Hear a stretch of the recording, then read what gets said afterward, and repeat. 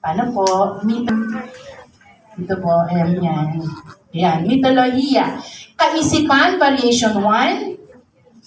Yun. Kaisipan, variation 1. Variation 2 ng kaisipan.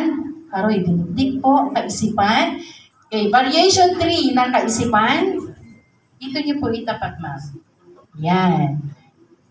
Layunin. Yung sabi nila, mataas na layunin. Ano po? Hindi po. Ano po yan? Hindi po ganyan.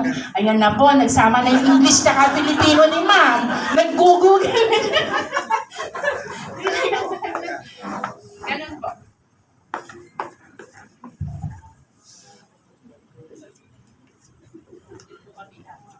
Yan.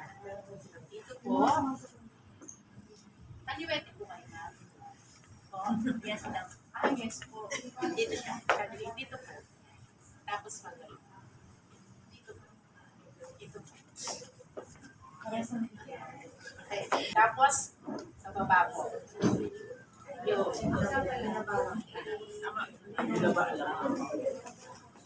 Next po, paksa.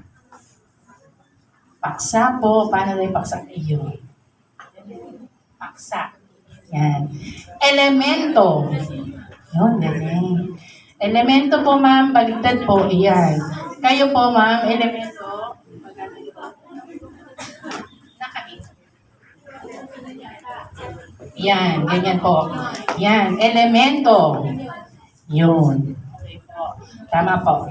Thank you very much po.